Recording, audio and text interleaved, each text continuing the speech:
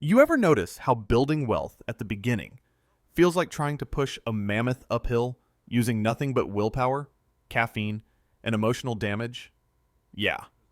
That's because the first $100,000 is absolute financial hell mode. It's the part of the journey where you're working the hardest and getting the least return.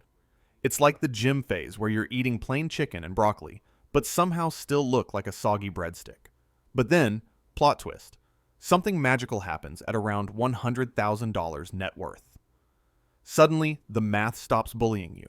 To get to that stage, there are three levers that you need to get through to achieve that magical mark. But before that, we're just going to talk about the two stages you need to go through.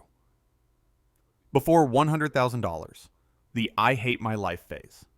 This is the boulder uphill stage. You're grinding, saving, skipping vacations, eating leftovers, and saying things like, I don't need brunch, I have goals, while you cry internally. And the problem? It's not you. It's the math. Your portfolio is tiny.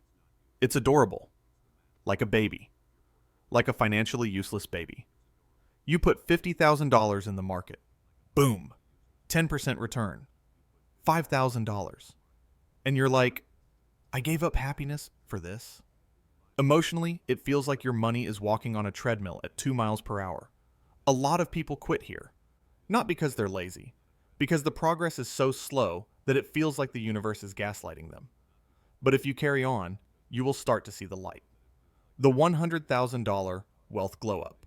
The rules change. Then one day, you cross $100,000. And suddenly, the game switches from manual labor to savage mode.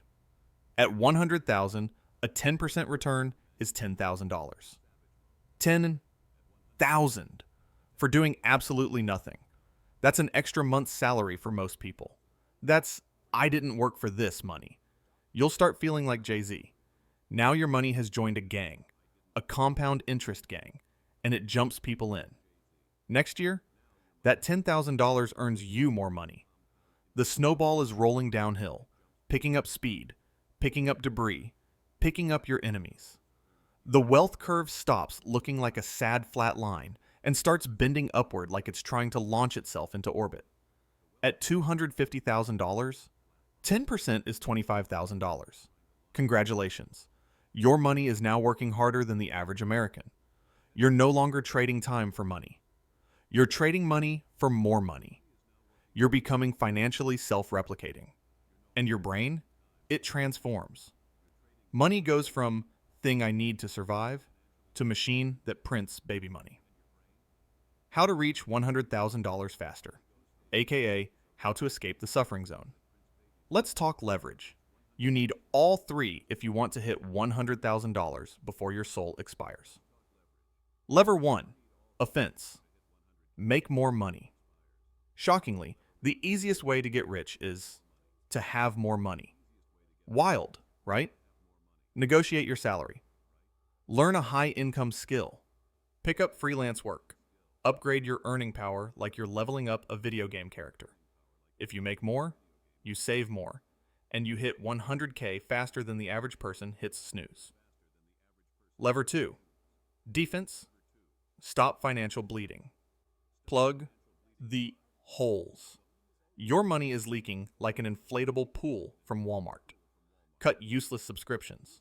Stop impulse buying Amazon trash at 2 a.m. Choose a used car instead of a I want people to think I'm successful car. Make food at home. Yes, it hurts, but so does being broke. Your goal here is simple. Make the gap between income and spending. Lever 3, efficiency.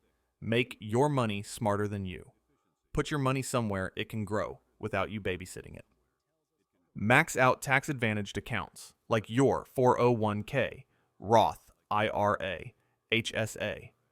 Move savings to a high-yield account. Invest in low-cost index funds instead of paying a fund manager named Chad $400 a year to underperform the S&P 500. Automate everything. If it isn't automatic, it isn't happening. The post-$100,000 mindset. The real level up. Once you hit 100,000, your brain evolves like a Pokemon. You stop relying on discipline. Because discipline is a scam. Instead, you build automated systems that quietly build wealth while you're scrolling your phone in bed. You stop thinking like a worker. You start thinking like a builder. Every dollar becomes an employee. Its job? Go out into the world and bring back more dollars. Every purchase now triggers a voice in your head that whispers, "Is this moving me forward or setting my financial future on fire?" Impulse spending starts to feel like self-sabotage. You'll stare at a $7 latte like it personally offended you. Most people fail not because they're lazy, but because the beginning sucks. The first $100,000 is slow. It's quiet. It's boring. It's thankless. It's demoralizing. It feels like nothing is happening. But once the math kicks in, once the compounding engine turns on, once your money starts reproducing like financially irresponsible rabbits, everything changes. The game becomes easier, faster, more rewarding. So don't quit during the part where progress is invisible. That's the part everyone quits. Stay long enough to let the math take over. And when it does, you'll wonder why you ever doubted it. And if you made it this far, you may as well subscribe and turn notifications on.